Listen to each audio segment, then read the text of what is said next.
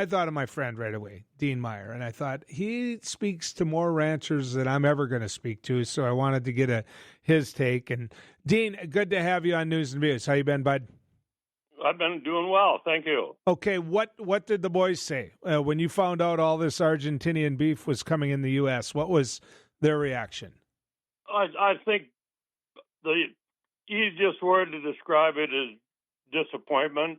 Very disappointed.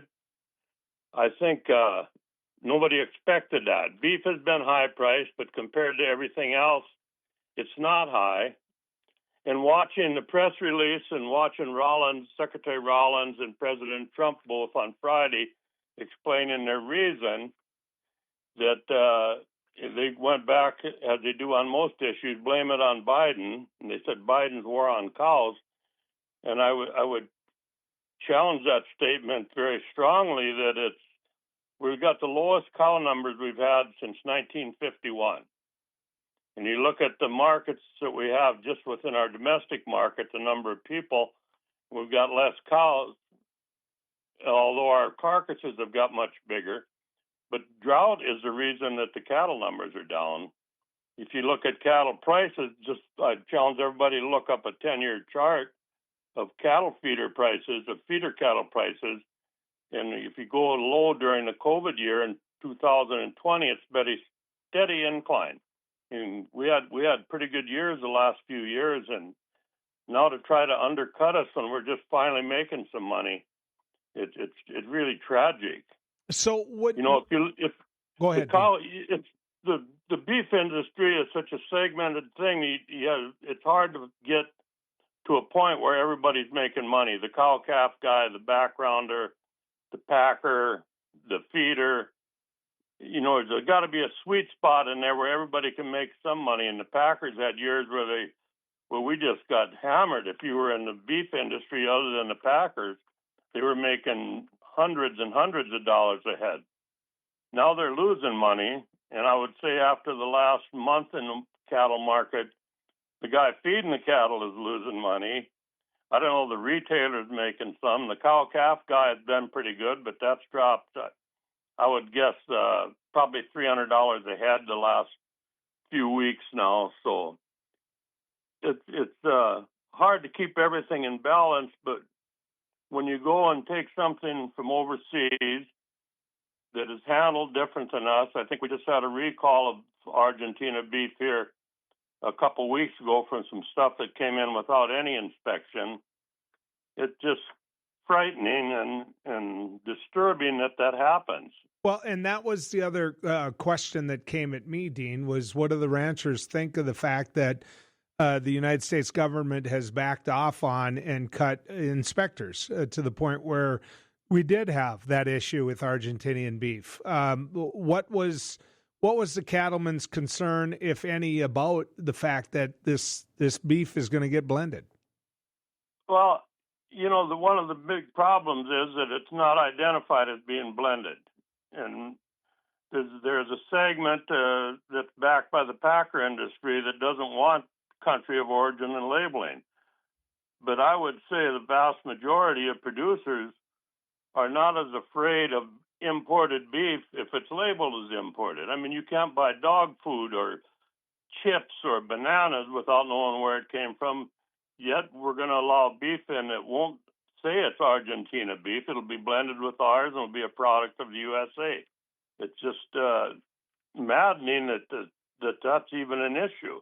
Okay, but I don't mean to get you at war with your neighbors here, but you say those things, and yet it seems as though the ranchers organization in North Dakota, the North Dakota Stockmen's Association, we were fighting that fight when I was back in the Senate. And my guess is you were fighting that fight back when you were in the Senate, but we couldn't get the Stockmen's Association to support country of origin labeling.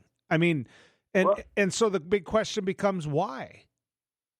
Well, I think the issue for there is that they've got a broad membership, including others in the beef industry, not just ranchers. So they're answering to more than one boss. It's like the NCBA is the beef association. It's not just ranchers. So So that's where the conflict comes in, and they were afraid of losing, international markets. But I would say on the loss of international markets, the tariffs have probably done more harm than our checkoff dollars have ever done good. I mean, it's just this imported beef is a big issue, but to bring in something that you've already cut a deal with someone, we don't know who. I thought it was JBS, but in my research this morning, I see JBS and Tyson don't operate in Argentina.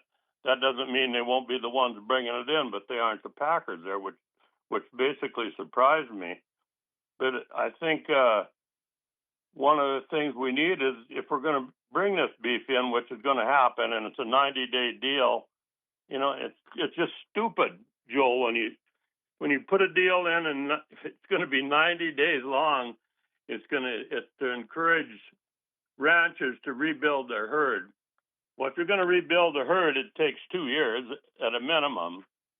And what would help us rebuild the herd is to end the drought across the West, and then maybe we'll start rebuilding. But things like this don't help you rebuild when you're on solid footing. You're finally paying off some debt. Things are looking pretty good, and then on Friday morning you go, wham! If you're feeding cattle right now and you're selling fat cattle, you're probably losing, I don't know, maybe $100, $150 a head. The packers are losing that much. And then you find out, God damn, they're going to bring somebody in and undercut us by 25%. Now, what other industry could stand that? Well, in our particular case, one of the big issues that I saw, come about, it was really the sense of, just the consumer itself. Can you trust the product? Is this a product that you can trust? And whether or not this was a product that we believed in enough that we wouldn't try to hide it through not inspecting it. And that became a big issue, Dean, in the conversations I had over the weekend. Well, I'm sure it is. I mean, if you're leery, as a lot of consumers are, of anything imported, especially after we've cut all the inspectors and watched different foodborne illnesses just explode across the United States, and now we're going to bring in some foreign beef, and you don't know if it's mixed. And when you buy that hamburger at Costco or wherever you buy it at, and you look at it, well, here it's 25% cheaper. I don't know if you start buying less hamburger from anybody because you're nervous about it. Yeah. I mean, it could hurt the market drastically. I mean, because why would you take a chance with your family? Yeah. Well, and you said something earlier in this, Dean, that the first thing I did was look up at my Diet Pepsi I have in front of me, right? So I've got a 16-ounce Diet Pepsi in front of me, which I always only drink about 12 ounces of, and I don't know why I buy it that big, so I throw the rest away. Put a little whiskey with that leftover. It'll make for a better. Stretch it out a little way. It'll make for a better radio show. But my point is, the minute you said that, I start thinking of the price for a pound of hamburger versus the price I pay for this 16 ounces. And I know which one is cheaper. And I know, quite frankly, which one I like better. So I don't complain about the price of beef. I just bought a half the other day. That being said, Sue and I had enough bucks in the checkbook to buy that. So what about that young consumer that is now going out there, Dean, and buying, pork, buying, chicken, buying other protein? I mean, what about them? Well, I think that it's an alternative protein. If you need it, you're going to get it. I mean, you got to get that protein somewhere, and we've been competing at a higher price, probably because of the quality and the flavor. I mean, we eat pork occasionally. A pork roast is a great thing, and it's cheap. But you can have a hamburger or a roast beef and eat it every day, at least the people I know, and not get tired of beef. I mean, you can eat it. And if I have pork every day other than hamburgers or bacon, if you have a pork roast a couple of days, well, I'd kind of like to go back to beef. So we're not worried about competing with cheaper proteins that comes from the U.S. I mean, we've always done that.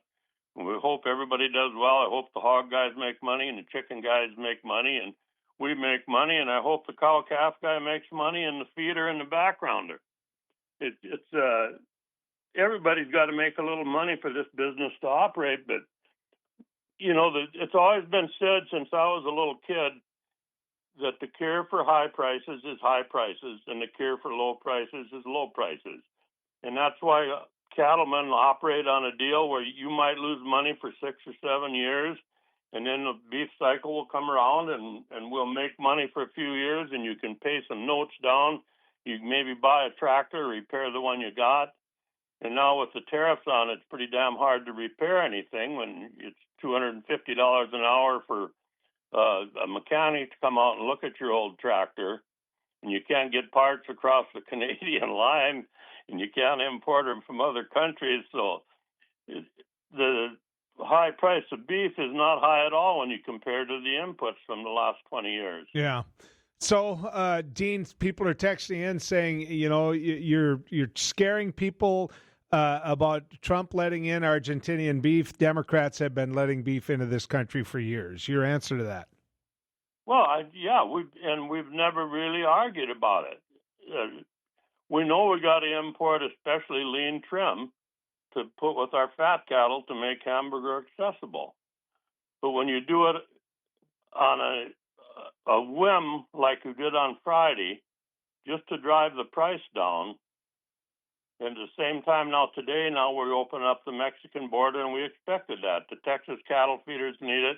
We need it in our supply. If it doesn't come across live, they're processing us and sending us the box meat. So we've always allowed it in, but we've never brought it in and said we're going to bring this in so we can undercut the American producer by 25%. Yeah, that's basically what this is. Okay. Go to the movies, and buy a box of popcorn for you and your family, and see what that costs compared to going and buying a pound of hamburger and taking it home and have 4 quarter-pounders. I'm with you. Dean, always good to talk. I appreciate you coming on. Okay, I got to get ready to fight now, so I'm just going to shut my phone off for the rest of the morning. Dean Meyer, ladies and gentlemen. Thank you, Dean.